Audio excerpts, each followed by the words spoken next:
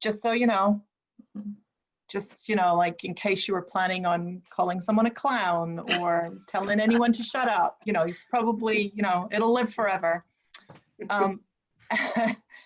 And what else I think that's all we need for, I'm just going to share screen. So let's do that. Okay, great. So we're going to give you a chance to talk to each other in just a second. I'm going to just start by saying who we are. Of course, you know, like, you know who we are really. We have Zoom protocols, but generally, you know, we're dealing with large numbers of people. We also assume that you're actually pretty familiar with Zoom by now. Like, yes. So we're not going to worry so much about the renaming. And yeah, there's so few of you that the muting and unmuting I don't think is going to be a big deal either. Carrie, is there anything else I should be saying about our Zoom protocols?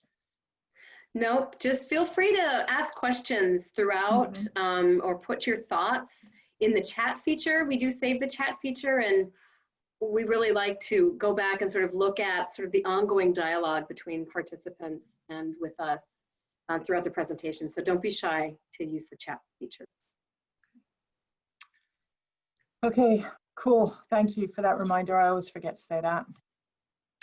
So who are we and what do we know about coaching?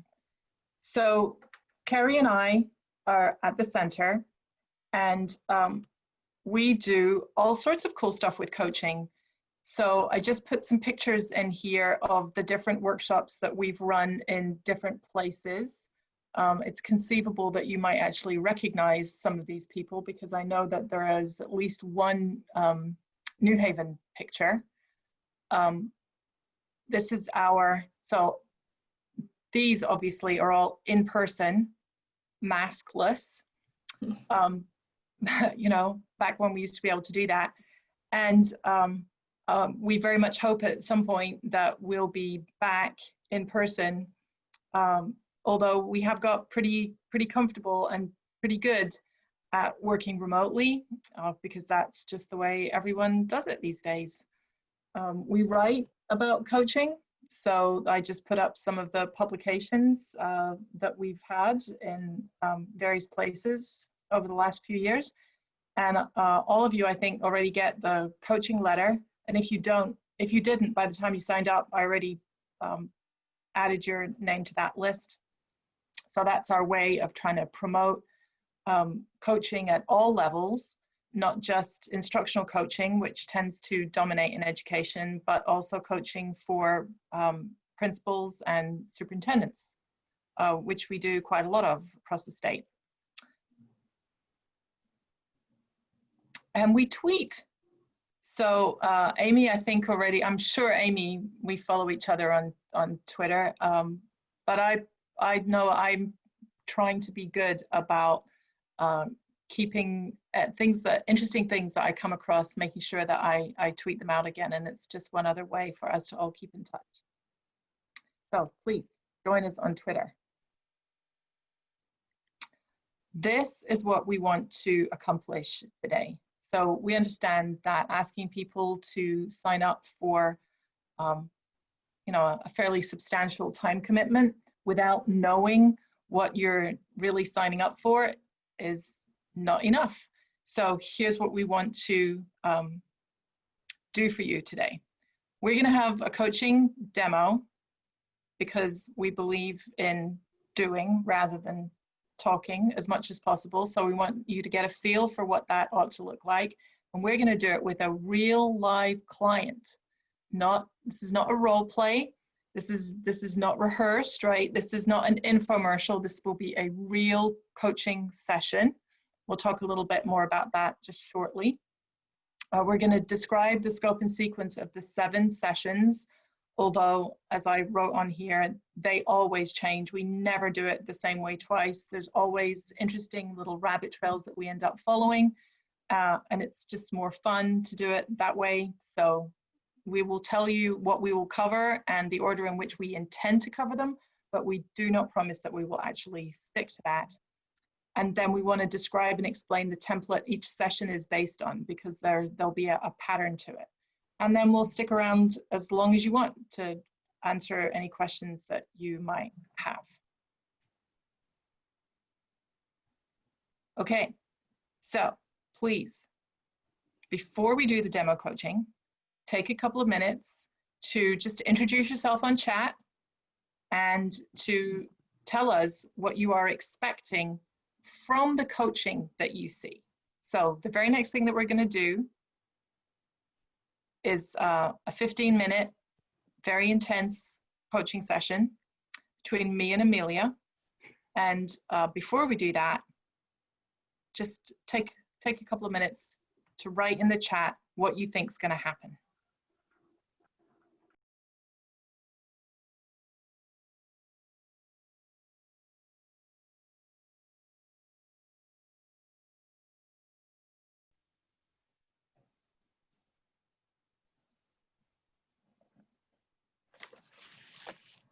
And Carrie, once we've heard from everyone, I'm going to turn it over to you to frame this and tee us up.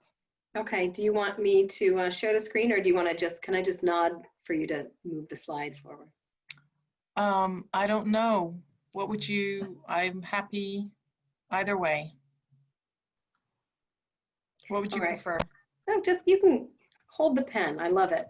Okay, so we just heard from everyone. Thank you all for chiming in. But before we get started with that, we just want to make sure as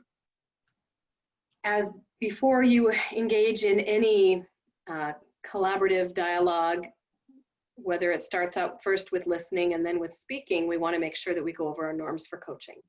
So obviously we want you to be present, and this could look different at different portions of the evening depending on what demands you have at home. So we get that. Sometimes you have to mute, screen off, and take a step away, which is absolutely fine, which is part of the next norm. Make this work for you. It's Zoom and it's 4 o'clock and who knows what's happening in your neighborhood. Sirens and dogs and babies and who knows. So we're good. Contributing to the learning of others is really this notion that we want to build off of what each other's saying and clarify if someone says something we don't understand.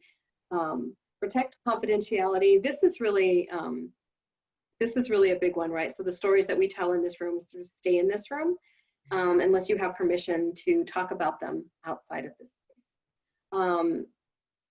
Really, this idea of practicing self-awareness around speaking and listening is like, we are a small audience, and so just knowing who's in the room and protecting sort of the sensitivities of people in the room, I think is really a way to help us continue to feel safe with being vulnerable, because that's part of coaching. And then finally, this idea of when we're done with the protocol, you're done with the problem forever.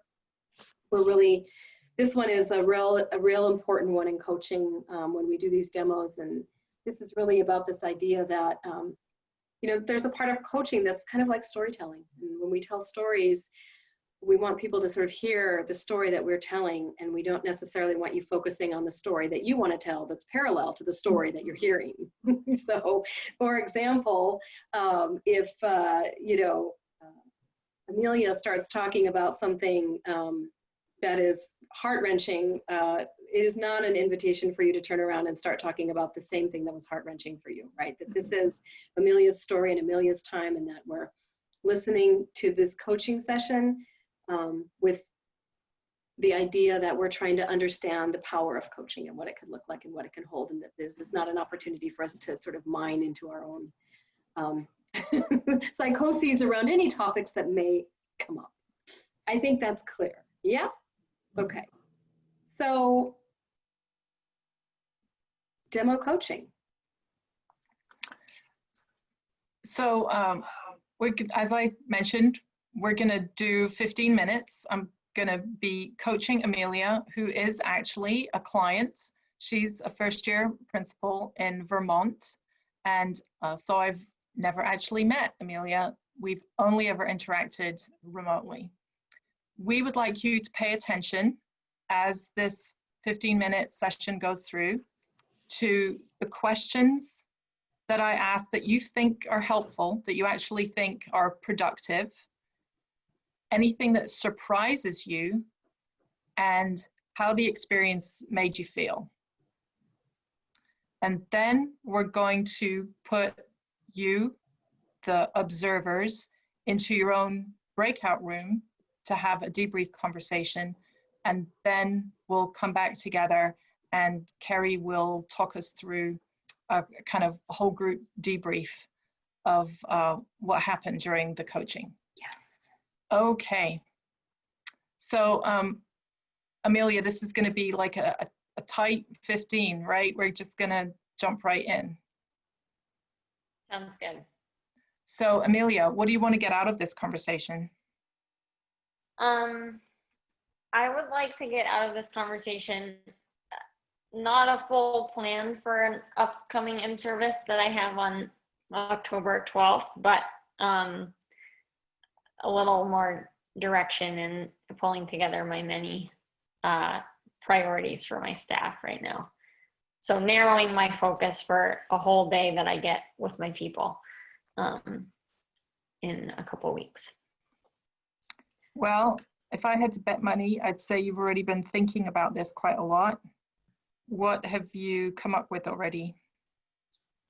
So there are a few big topics that feel like they're at top of mind for people.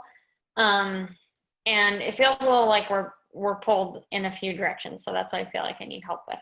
One is that the district has this expectation for us, and I think we have it for ourselves, to be ready to go remote if that happens.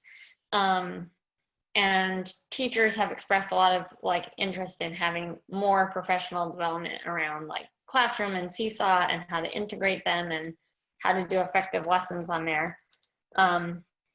But we're not going remote anytime soon. And if anything, we just moved like to a slightly more relaxed stage around here.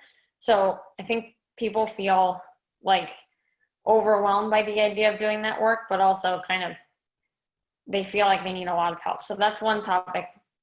But I really want to do some work around ELA because there's a clear, a lot of reasons. Our beginning of the year reading data for kids, elementary school kids after the closure, shows that they need a lot. And it's been kind of a disjointed area of curriculum for the school. And I have some EL education coaching PD money this year to use. So like that's one possibility, is to spend part of that day on that.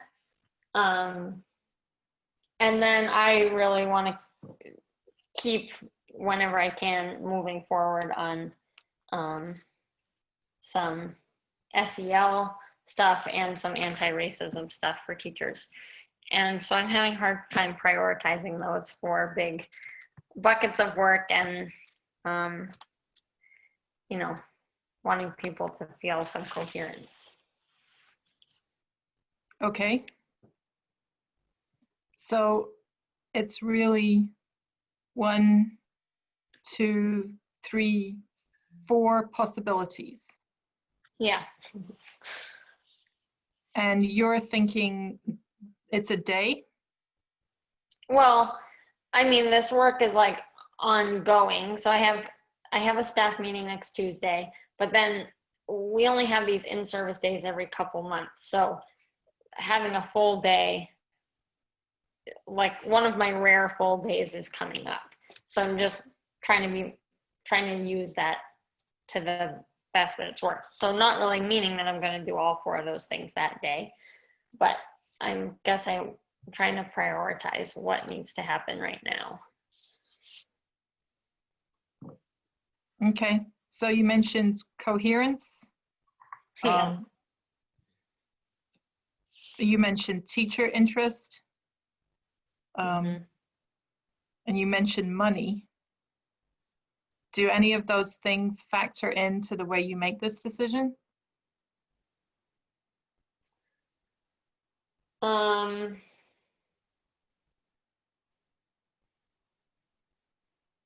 Yes.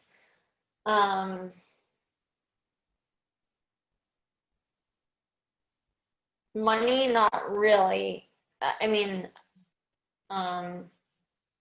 like I have the money I need to do the ELA work that I want to do. Teacher interest, I think there's interest in all of those things. And maybe a different way of thinking about interest is like, okay, I think you've been writing about this a lot, Isabel, that like people's sense of motivation being connected to their sense of competence. So maybe it's worth focusing on something that they are interested in doing more, but also there's a high potential for them to feel effective at, and it's still an area of need. And in that, I think they would probably leave from that day feeling a lot more productive if we spent a lot of it on ELA, because I think they bring a lot of skills to the table as reading teachers, and it's something that they care a lot about, and it's something that with some dedicated time toward, they could probably walk away feeling like they accomplished a lot. So it's more about teacher agency than it is about teacher interest. Yeah, I think that's a better reframe. Because there's a lot of interest. There's like this weird kind of, I don't know what to call it. I guess it feels like anxiety around the tech tools. I think maybe the word is pressure. They feel a lot of pressure to do that, but they don't, and they want to do it well, but it feels really overwhelming to them. And maybe there's a way to like model some pieces of, I don't know, posting a lesson in Classroom where the work is then plugged into the Seesaw portfolio. That's just kind of embedded as a model in something more ELA focused that we're doing, so that they can get a glimpse of it and see it working, but it's not the focus.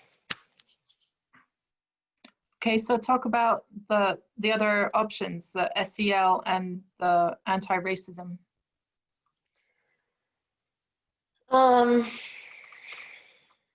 Yeah, I'm a little bit stuck about where to go with SEL. It turns, so we have Second Step in our school, and people have been using it for a long time, but it turns out that from a couple sessions I did during our in-service weeks, that people are pretty new to the CASEL framework and to the actual like specific skills.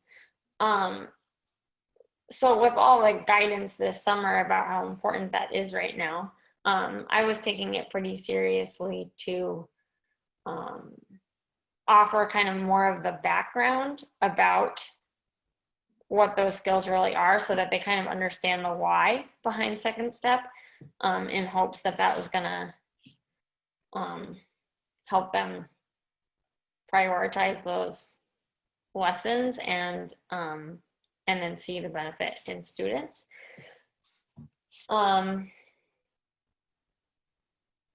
I've been thinking about that as kind of like a good mini inquiry introduction, maybe, because it's a potentially pretty easy thing to identify, like what the student data would be that would show us that it was working. Like it could be a pretty narrow focus around a few skills. So I've been wanting to spend some time on that in the somewhat near future.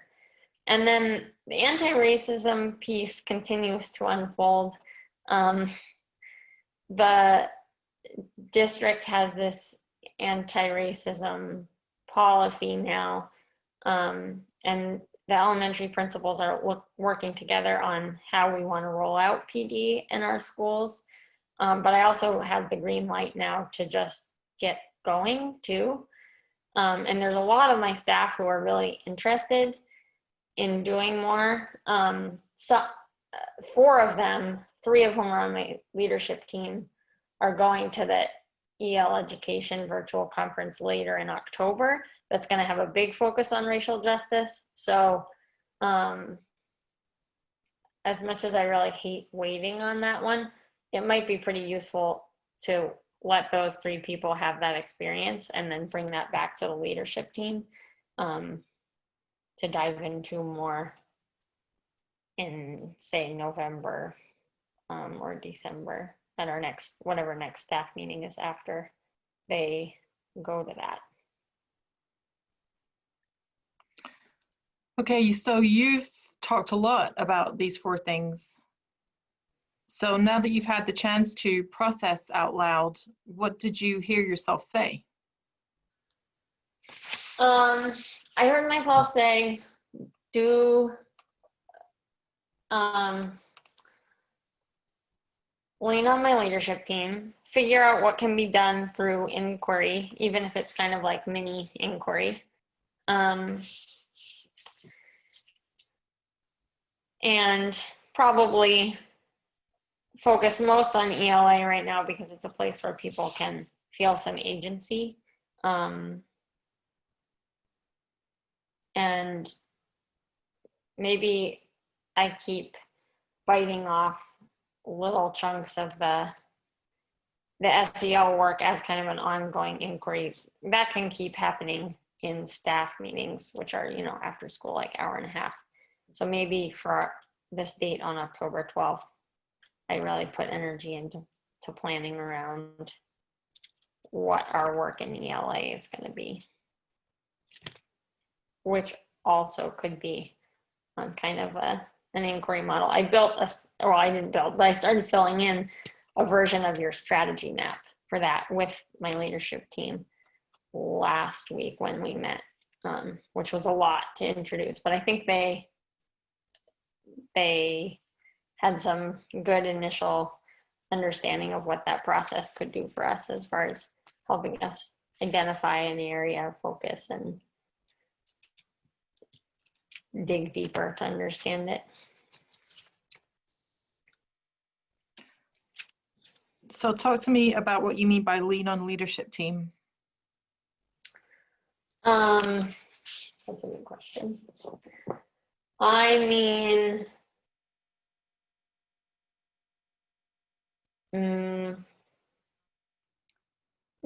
what do I mean by that?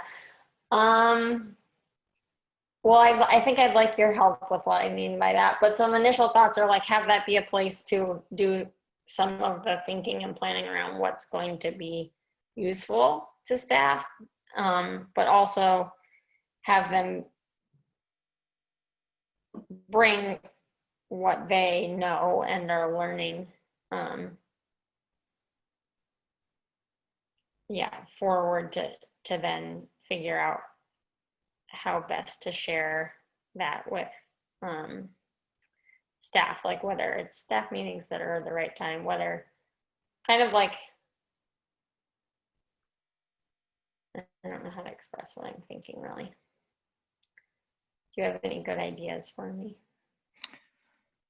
Well, it's just immediately comes to mind that you're just fuzzy on the whole issue of a leadership team. Yeah. I'm struggling with leadership team. It feels like, so they only have met once a month for an hour.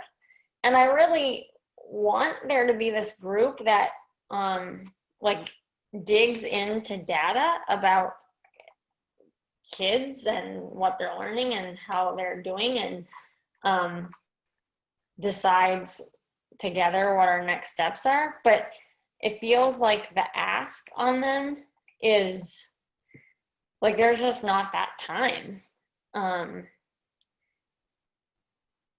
and so I'm a little bit struggling with how to make that a meaningful, I don't know, like to have something better than like a consent agenda with them. Okay, so I am parking this idea of the leadership team. I am noting, right, that that's something that you want to explore and you need some help thinking that through that. Where are you? Where are you with the professional learning planning? Like right this second, where am I? Yeah. So like we've got 2 minutes. So what are your next steps now that you've heard all this? So I didn't really ask you a lot of questions because you already were going through this whole cost benefit analysis in your head for each of these, Yeah. right? So you already have some kind of mental rubric that you're applying to this. Do you want me to tell you what your mental rubric is? Yeah, I do. So here's what you talked through. So the idea of inquiry came up several times. Yeah. You mentioned that a lot. I think I've heard you talk about that before. So I think being able to embed that or use it as an organizing framework is clearly very important to you. You put most emphasis on the ELA because you said that you were concerned with the teacher's motivation attached to competence, and if they you wanted them to feel better, and you thought they would feel better walking out of professional learning opportunity on ELA. You talked about you used the language of letting those 3 people have that experience of going to that conference. And so I think you were highlighting I think you were advising yourself to hold a little bit until they'd had that chance and not to try and get ahead of that. And then I think you were looking at embedding the tech tools and the SEL. But the inquiry came up again. Yeah, I think so. To answer your question of what my next steps are, I think my next steps are to start working on my agenda for that day with, like you said, inquiry as even in the ELA stuff, kind of an organizing frame. I also think a big piece of the teacher agency is them working in their teams and having time to collaborate. That's going to help them like walk away with some sense of being productive. And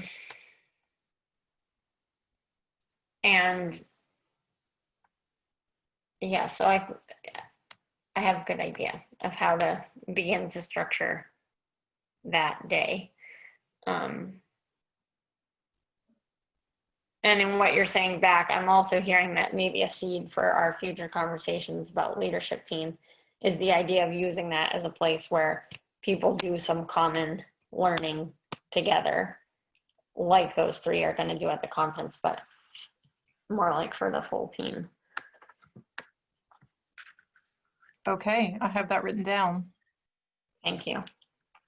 All right, so I know that there's still more work to do on this, but I am confident that you will be able to take at least a couple of steps from this.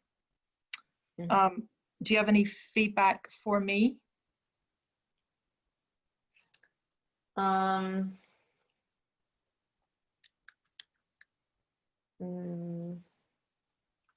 There were a few questions you asked that I appreciate when you ask a very frank, direct question. That was helpful. And when we have more time, I like digging into the specifics and sharing screens and looking at tools together. But okay, great. Today's format does not so much allow for that. Right. Okay. Good. It makes me feel good to hear you be able to kind of sort through how you might make that decision. So I think that's something that I want you to carry forward is, you know, you actually already have a good sense of how you might reach that decision.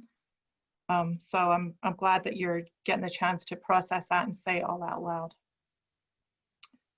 Thank you very much. Thank you, Isabel. Carrie. Okay, so my friends, I don't think we necessarily need a PowerPoint slide for this. I'm going to put in the chat the 3 questions that I want you to think about. I'm hoping that you took notes. And we're going to put you in a breakout room in just a minute. You're going to receive an invitation on your screen to join a breakout room. Amelia and Isabel, just click join later so that we'll stay in the main room. I want you to think about in your conversation how that was the same or different from what you were expecting. I want you to think about the questions that you have about coaching, and not necessarily about the details of Amelia's thing, like the problem. And what are your takeaways about coaching? Not about Amelia's professional development. All right, so we're going to put you in a breakout room. Isabel, 10 minutes, even though there's 3, should we give them a couple more? I think we should give them 12 and a half. You're funny. I'm going to give you ladies 12 minutes to have a conversation, and we will see you back here in 12. Just remember to join the room, and we'll see you back here.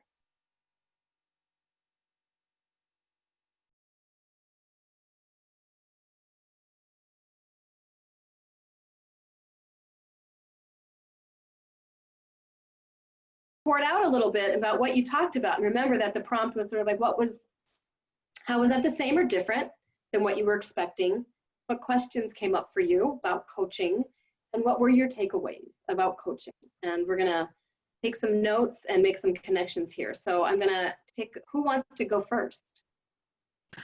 I think that we just had a conversation, and one of the things that we talked about was that, I can't remember the questions, but we talked about, one of the things is that I said that I didn't expect to actually see a coaching session today. So it was really unexpected. What I expected was to get more of what the process of coaching looks like, because as educators, we're always asking, what does that look like when we're giving a task or someone's asking us to do something? So that's one of the things, I don't want to do all the talking. That's one of the things that I talked about, was I was expecting to hear about like PowerPoints and more process and definition, and this is what it means, and this is what the processes that you have to follow. But we also talked about the coaching session being very friendly, more of a relationship. One of the questions that we had was, we know that this is not the first time, and how many times do you have to do the coaching before you get that relationship feel where it's not like the person who's doing the coaching is more dominant, but is more of a built relationship and more friendly. Val, so you said a couple of things that I just want to hover over for a second. And I missed the first part of what you said about the coaching relationship, because your screen froze for a second. So can you repeat that part about the coaching relationship? Did you have a question, or were you?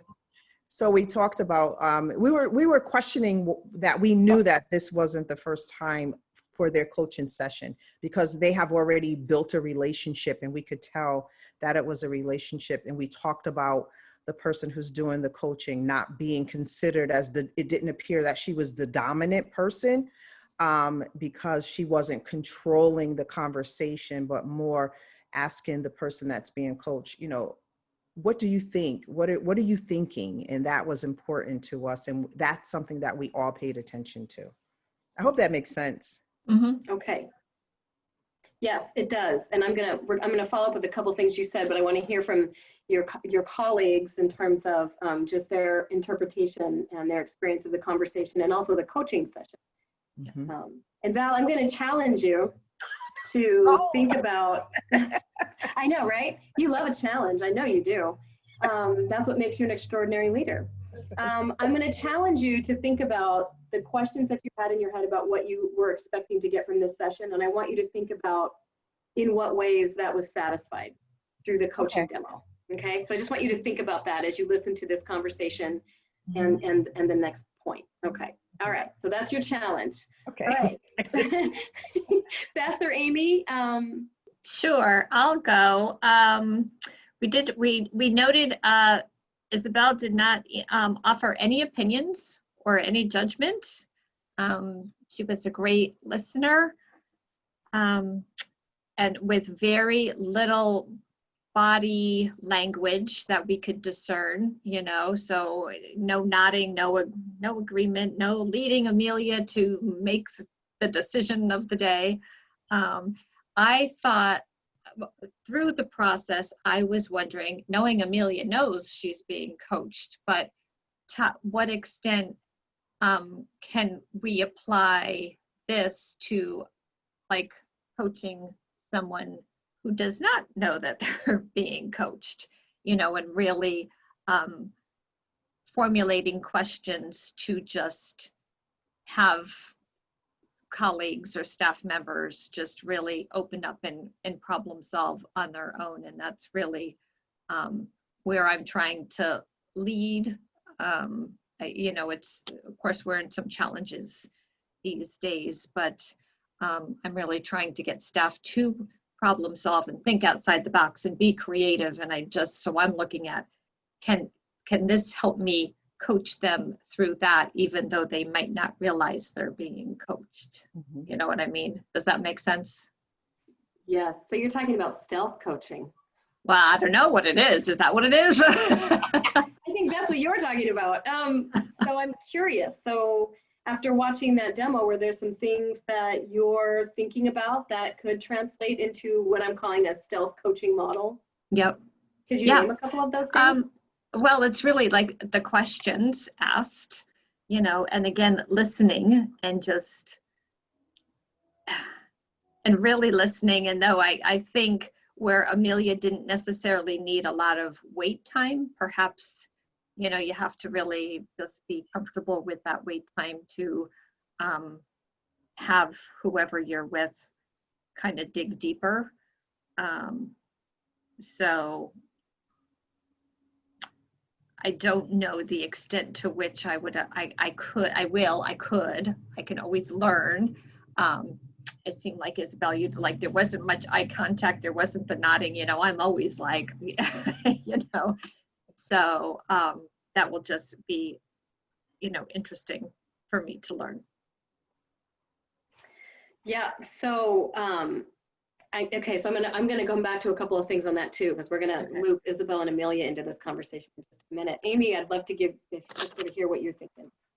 Yeah, I mean, a lot of the things we talked about have already been said, but just to reiterate, Isabel's sort of lack of interaction with Amelia sort of stunned me. And I was thinking, is she doing that on purpose? Is she trying to show us that she's sort of ignoring her? Not ignoring her, but not, like we always think of this eye contact, and I'm, my brain was going crazy, but I thought, because I'm always, like nodding and connecting and trying to make, we talk with our hands, us Italian people, but we, so I'm always trying to do that. And so she, Isabel was like looking down at her nose, and I'm like, oh my God, why is she not? And then I realized, well, she's like not, it kind of dawned on me like, oh, duh, like she's doing that because she's not trying to lead her in any direction. The questions were really concise. She started by saying, what do you want to get out of this conversation? So already she has sort of this endpoint, in mind. It was like backwards design.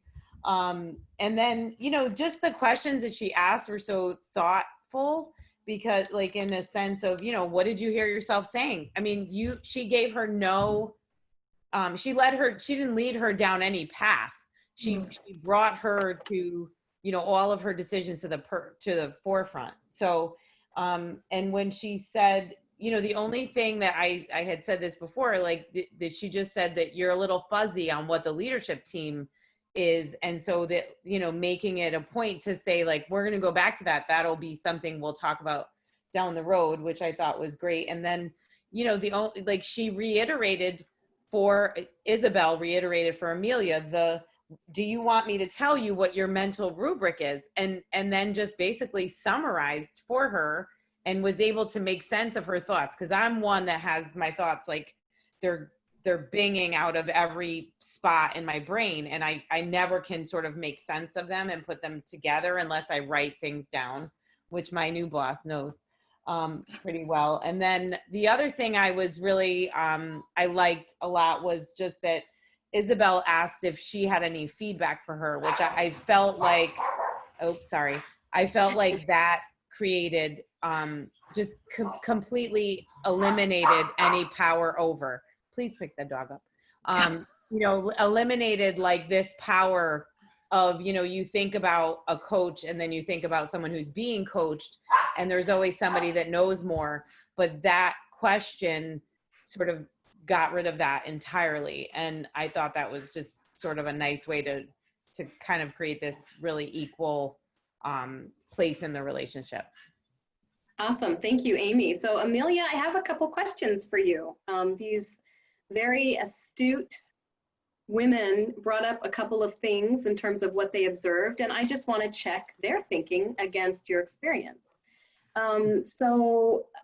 Amy spoke a lot, and I think Val named it as well, this idea of the lack of eye contact and connection between you and Isabel in terms of body language and nodding, affirmation type body language. Did that impact you in any way in terms of how you experienced the coaching session? Yes, and I will tell you all that my video froze here, so I really actually had zero feedback from Isabel. A lot of times I at least get this like that face. Yeah. Oh, you froze again. What face? What face is that? Come on, we want to see the face. No. I think she was commenting on the face you just made. Oh, that face. Yeah. Yeah, but that's something I've definitely noticed before, and like Isabel can be very hard to read in these sessions, and I can be kind of a sucker for approval. And so I think that's actually super helpful for me, because I can't just like read her and then go down this road because I'm getting this nonverbal feedback. And I will say sometimes it's really frustrating because I'm like, what I just want some crumbs. And, but it's good. I feel really pushed by that. And I think normally when there's not frozen video, there, it feels like we do have like some, I don't know, it's sort of virtual eye contact and like facial connection, you know, like when I'm telling a funny part of a situation or something. So there is that connection, but it tends to not come when I'm like grappling with is it this or is it that kind of question. Mm-hmm. That makes sense. Isabel. Yes, ma'am. Can you talk a little bit about this, the commentary, the running commentary, which these folks in this room might not be aware of, but this always comes up, this idea of body language and the meaning that we on the outside make, and how the people who are actually in the conversation experience the body language. So I don't know if you have any comments that you want to make about the body language. Yeah, so there's a couple of parts to it, right? So I think, and this is, listening is actually session 2 of the whole series.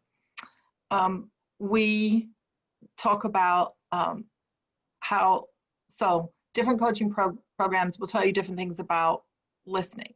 So for example, cognitive coaching will actually teach you to mirror what the client is doing. So if the client is sitting on her hands, then you would sit on your hands. And if the client has her legs crossed, you would cross your legs, right? So that's an explicit teaching of that as a kind of, yeah, literally, well, no, excuse me, metaphorically as a mirror, right? So that the client sees themselves back in you. Never done that. I think I would find that very difficult. You'll read a lot about, and there, you know, this whole idea of active listening, right? Nodding your head, yeah, paraphrasing. So what I'm hearing you say is, I've always just thought that was kind of hooey. I never really, I think if you're listening to someone, you should just listen. And I don't really feel the need to demonstrate to someone that I'm listening. I think that if you are paying attention to those kinds of things, it actually pulls your cognitive resources away from actually listening. So what I am spending, and I'm tired, right? These sessions are tiring because I put a lot of effort into, I am charting what she's saying, right? So because I want to have a sense of what she really is. So she wants to get, what she told me was that she wants a little more direction. She wants to narrow her focus. And I know from what I know about how people make decisions that they already know a lot of this, right? They have already processed it. And so I'm just trying to pull that out of her. And so if I can pay attention to observable data that I can then reflect back to her, not visually, not the visual mirror, but a cognitive mirror. And I can say to her, okay, well, you spent a lot of time talking about this, and you mentioned inquiry 4 different times, and you seem to already have decided this. And then she can correct me if she wants to, but my theory is that I'm just trying to help her sort through for herself, right? So just to be really clear, I wouldn't let her do something that I thought was a really bad idea, right? You know, I can think of several things that, you know, if she'd said, well, you know, I really just don't feel comfortable leading equity work at my building, and so I'm just going to put that off till next year, I would have challenged that, but she didn't, right? So as long as I really I wouldn't let her go what I thought was astray, because I think that's unethical.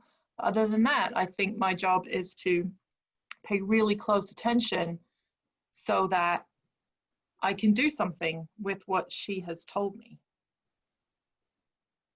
Cool. Thank you.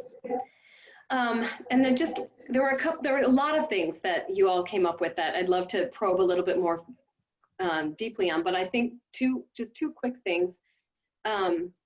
Amelia, Amy mentioned this idea of the feedback when Isabel asked the question, at the end of the session, do you have any feedback for me? Amy saw that as leveling the playing field and dissolving any power differential that one might have had, thinking about the coach having a little bit more positional authority, Amy, if I'm here reading you right, and the client. How did you experience her questioning when she asked you about the feedback?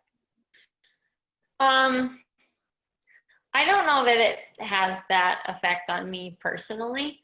I guess I just have a lot of awe and respect for Isabel, and so I don't feel like there's a level playing field there. I do feel like she's asking an honest question, and that if I have real feedback for her, she will receive it. But I often don't know right at that moment, like it's hard for me to give feedback right in that moment that's actually meaningful.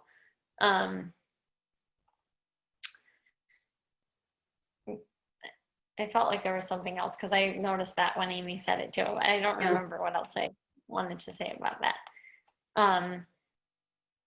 Nice. It's hard to know from a coaching session, like Isabel has not yet done anything that felt like really jarring or like, wow, I really didn't like it when you, and there becomes this flow to the session where she's just doing all of the things you guys noticed about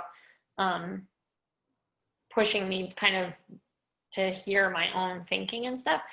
So it's like she becomes kind of like those questions don't stick out because she's not inserting herself a ton into the session. So there's a flow, and like it's almost like the coaching is invisible in this way. That's hard to give feedback about. Cool, thank you. That's so interesting, because when Carrie says stealth coaching, that's a little bit of what she means by that, right? The idea that it's not, you don't just sort of sit down and say, so now we're going to have a coaching session, right? That it's just the coach who doesn't necessarily have to have coach in their job title. Right. Just, I don't know. Yeah. For some people, it's like putting on a hat or switching something on, where they decide, right? They're making a conscious choice to start listening in service of someone else rather than just having a normal social conversation, right? And I think that was, I don't remember who brought that up. I think it was I think Beth was talking right? about that. Yeah. Mhm. about applying this to someone who does not know they're being coached. We actually have a lot to say about that. We definitely want to have that conversation. But that's, yeah, so it's a skill, it's a way of being, it's a sort of a stance that you can take that doesn't have to be labeled coaching, but you're deciding to listen in service of someone. Yes. Thank you, Isabel. And so I'm looking at the time, and there's, did you, yes. The first one, how many times do you have to coach before I you was have just this? gonna ask that, yep, go for We it. can't let that go. Nope, I wasn't gonna. So there was, right, so Valjean, I think you brought this up and said that you and your group really had this conversation, because there's 6 other groups on here that we can't see. No, clearly, the 3 of you lovely ladies have this conversation around relationship and this idea, and this always comes up too, right? How many sessions do you have to have before you actually have established a relationship? What does that look like? So I think it sounded from the way that you stated it, that you had a theory, that you all had a theory that this clearly wasn't their first session. Right. Amelia, do you want to talk a little bit about your coaching relationship with Isabel, and how long did it take before you were able to entrust her with your thinking? Yeah, I think we first started working together in June or something, but I think I entrusted her with my thinking the very first session. And there was kind of this benefit that Isabel is closely connected to someone that I respect a lot and have learned a lot from. So there was kind of that built-in trust. But the 3 of us met for like 10 minutes. And then Isabel was like, okay, Anne, I think we're done with you if you want to leave. And then the 2 of us kept going in a coaching session. And I think that first session, to go back to like the body language, the taking notes and Isabel's seriousness about data and coming back to the data that she gets, really, for me, made me feel like she was taking my thinking seriously and helping me understand it better. So I think I felt nervous that first session and maybe the one after, but then we pretty quickly had a rapport to be able to have some humor, and me feeling able to be more vulnerable and laugh at myself and be open about what I really feel totally perplexed about. Nice. So it didn't take 6 months, right? I think we hear this a lot, right? Like, well, we have to build a relationship before we can actually get some coaching done. And, Isabel and I push back on that a lot. And so I'm always grateful when that comes up, because I think we sort of have this mental model about the way coaching unfolds. And so I'm always happy when we have this conversation around the relationship. So Valjean, I gave you a challenge when we sort of started this debrief. And so I'm curious, if I were to ask you to put together, and I'm just saying, like, theoretically, intellectual exercise, to put together a PowerPoint slide that talked about what coaching is and a process for coaching, what might you say? I'm not sure. Really? Yeah, I kind of know. So I'm just really, and this is like total disclosure for me. Everyone knows that this is my 36th year in New Haven. And yes. Congratulations. Yeah. So I'm at that point where I'm trying to decide. So, what does this look like? And, all the people at the big house, I call it when I laugh at central office, keep saying to me that, you should really think about being a coach for teachers and principals. So, I kind of know, but I really don't know. So I'm really looking to really find out what this looks like. I keep saying that, what it looks like. Mm-hmm.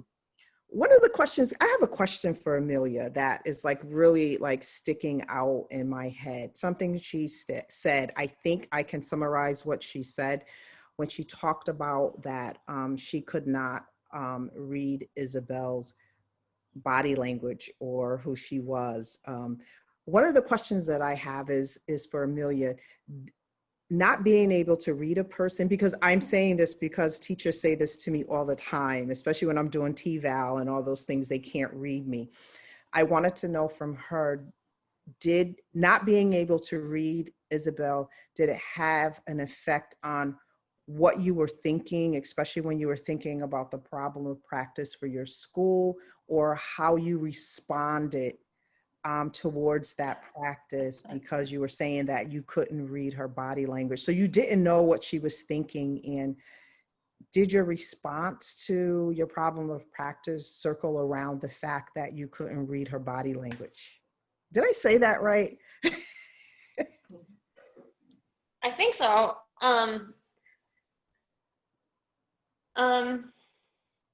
I think that there are times where I feel like I'm a little bit like stuck in the deep end, still swimming, and I'm like, oh, help me. And I don't get the life preserver thrown in. But I wind up, there can be like a moment of discomfort in that, but then it feels like a really good challenge. I don't know if that's what you're Yeah, I think that's asking. what I'm asking. I'm just wondering if the fact that when you are a coach, if a person feels as though that they can't read you, whether it's the first time, whether you've been coaching with the person for a long time, does it affect or have anything to do with how they respond? That's what I think that's what I'm trying to understand. Well, the other piece that comes to mind when you ask that, Val, is that I can see how like not being able to read a person would maybe make it feel like the coach isn't like if the client felt like they couldn't understand who the coach was or where they were coming from, I can see that being really problematic. But I feel like there's all these ways that I get to understand what Isabel thinks. Like for one thing, that I read her coaching letter. So there's like other ways that I kind of get to learn about her thinking. And then just the way, even her process, like this very data driven process of taking notes and reflecting things back. I feel like I learn a lot about her and her stance and like what she's about through that makes it easy for me to feel like I still know who I'm working with, even though she's not constantly inserting her opinion and like, approval. So, okay, never mind. Thank you, Amelia. No, it's nice when we have this sort of small group, because we have a little bit more intimacy than we would if we had 100 people. Isabel, I'm going to pass the baton to you. I think, we definitely got to hear from everyone and made some connections, asked some clarifying questions. And so now Isabel's going to talk us through how some of the things that you brought up and that we addressed or maybe didn't address as much as you would have hoped are going to come up in future sessions, because we're going to see you at these future sessions, we hope. Right. So can I just say that was just a little weird. You know, hearing myself, it's like listening to your own, like a character analysis, you know, like you're playing a part in a play and I'm somebody's assignment. But that was in a fun way, but it was really interesting.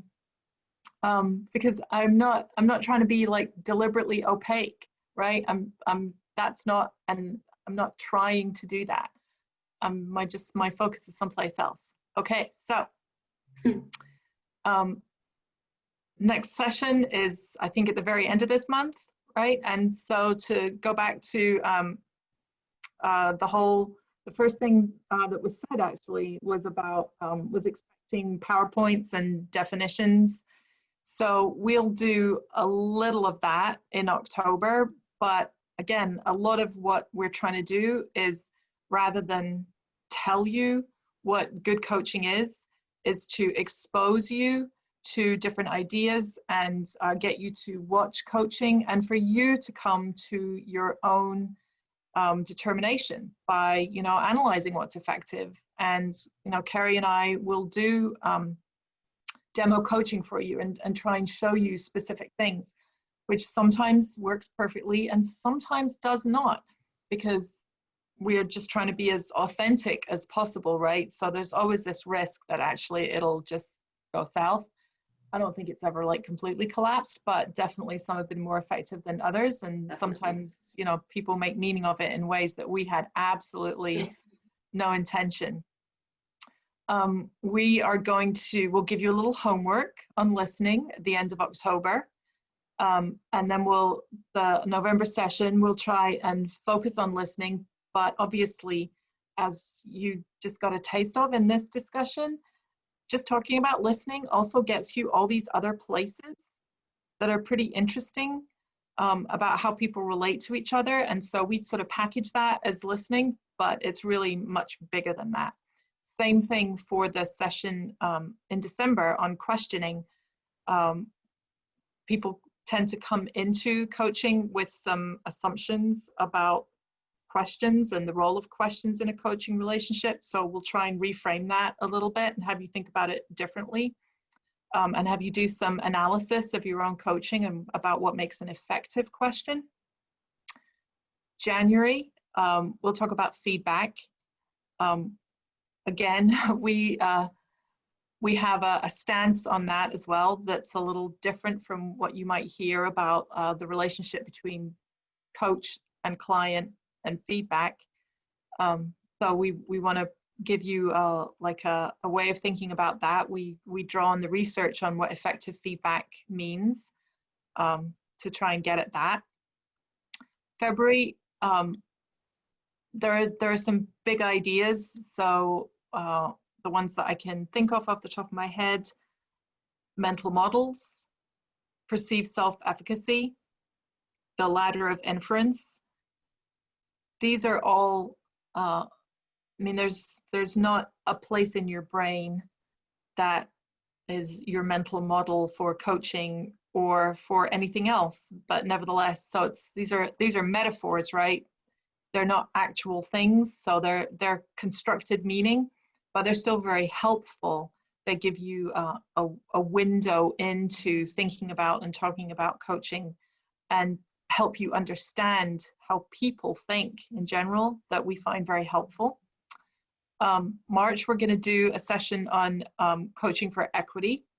That's something that we've really trying to build even before it became such a big issue this summer. We really felt like this is an area that we wanted to build up and help people feel more comfortable in their own coaching. And then in May, coaching is a component of strategy. So coaching does not exist as a goal in its own right. It exists to get you someplace, right? So we don't ever want to lose sight of the fact that coaching is a means to an end, and how do you actually figure out what that should look like, and how do you keep in sight the idea that coaching should be a part of your strategy. It is not a strategy. So that is the way that we have it framed out. But as I think I've said several times, because I just want you to understand this, these are not really self-contained units. There'll be a lot of crosswalk among these different topics, which from our perspective is great because it always feels more organic and authentic. But I think if you are like, yes, I think it might sometimes seem a little messy. So we just want you to be prepared for that and to feel free to ask questions, and to pull us back out and make us be clearer about how these things are connected. These sessions, I think we put them on the calendar as 2 hours. What we're really thinking is that the pattern will be a checking in and community building, right? We want to hear from you. We want to know what's going on. We want to know about how you're using your coaching. That there'll be a focus on the content, and we'll do that a variety of different ways, by some kind of mini lesson, you know, presentation, PowerPoint or video, but a lot of time for you to talk to each other, because that's really important, to hear yourself think. It's actually, you know, really the basis of coaching is the idea that the verbal processing and the drawing out your thinking is really important. We'll do some demo coaching. We'll try and build in coaching practice so that you get the opportunity to coach each other. And we think that we can wrap that piece, those first 3 pieces up in about 90 minutes. And then we have time to deal with questions, and certainly, you know, we'll stick around for as long as anybody really needs us to talk about some of these issues and ideas. Okay, so I just talked a lot. Any questions, anything you want clarified on those 2 slides?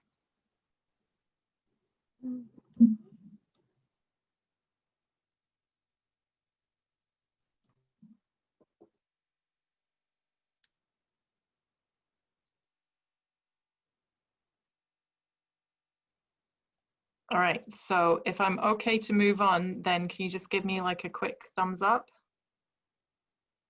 Yes, okay. So that's actually it, I think, although I thought I had another slide that talked about coaching power hour. So another thing that we're doing. So these sessions are monthly, right? And so in between, so 2 weeks apart, we're running a community of practice for coaching called Power Hour. So if you want additional coaching practice on top of what we'll do during these sessions, then we will send you a discount code for you to sign up for that. And I will email you although I'm sure you have this information already, Yeah. but I will remind you. Isabel, the slide's in there. Just advance it. It is? Why Yep. isn't it going on? Oh, there we go. For some reason, slides just doesn't like me all that much sometimes. So yes, we have a Coaching at the Center website that really is its own little self-contained training program. You'll have access to that. We have all kinds of electronic resources, including a workbook that in the good old days we used to actually hand out in hard copy. You know, that feels like years ago now. And then other protocols, tools, and articles. And then the Power Hour if you want the additional coaching practice and to network with other coaches. Thank you, Carrie.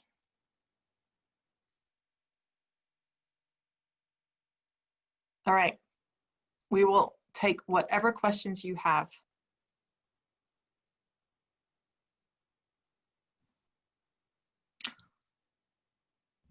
I wonder if I will ever be able to coach someone and not have any emotion like Isabel, because I'm so not calm that way. So Isabel, I want you to let me know if I will ever be able to do that because I'm not really sure. So, I mean, that's really interesting, right? So from my perspective, it's not lack of emotion, right? It's lack of expression, which I think is really different. So I would say that, yeah, I mean, if really every thought that crosses your head while you're listening to someone shows up on your face, that's probably a problem.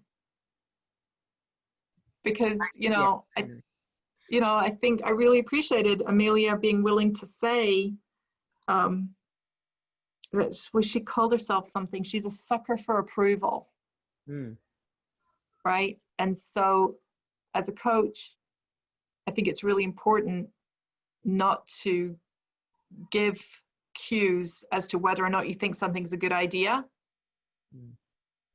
because then you're leading your client and you're not really doing them any service at that point. But it's not like I am trying to look emotionless. That's you apparently just look how my penciled. face is. Yeah, you look like you're thinking. I mean, you certainly don't. I shouldn't. I use the wrong word, but yeah. I mean, I guess because I thought a little bit about what Amelia said about approval also, and I mean, is it after you've coached someone to something, and they've sort of done something well? Is there a point where there is approval? I guess is my question. Okay, so here's what I would say. And like, maybe I should just go away and Amelia can actually like tell you the truth. And, but here's what I would hope, that even though Amelia can't tell what I'm thinking at any given moment, that she also hears from me explicit faith in her ability to come to her own conclusions, right?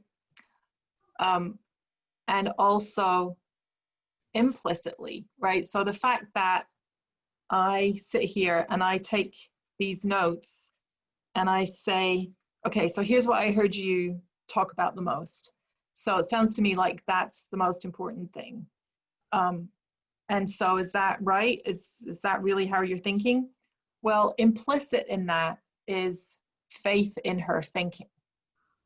Right? That I don't feel the need to say, oh my God, you can't possibly be thinking of doing that. That's a really bad idea. No, so I'm, as part of the process and also consciously trying to build her perceived self-efficacy, right? I am supporting her thinking, but by not giving her explicit affirmation, I am actually trying to support her belief in her own thinking. That was clear. I mean, you did say, I'm confident that you will something. I just put a ... And then, yeah, I mean, you did say that. I wrote that down. Because I was waiting for the approval too. I like approval. And I know you don't give it often, Isabel, because I would always be like, is that what I should be doing? And you wouldn't tell me. You would just ask me questions. Right. I would say, I don't know, Amy. Is right. it? But you made me think. What do you think? I know.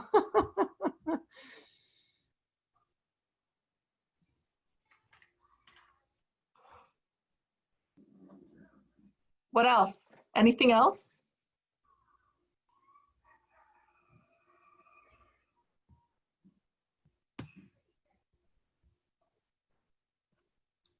So I want to close by telling you this was both exhausting and thrilling. I had such a good time. So yeah. Carrie, what else? Just thanks.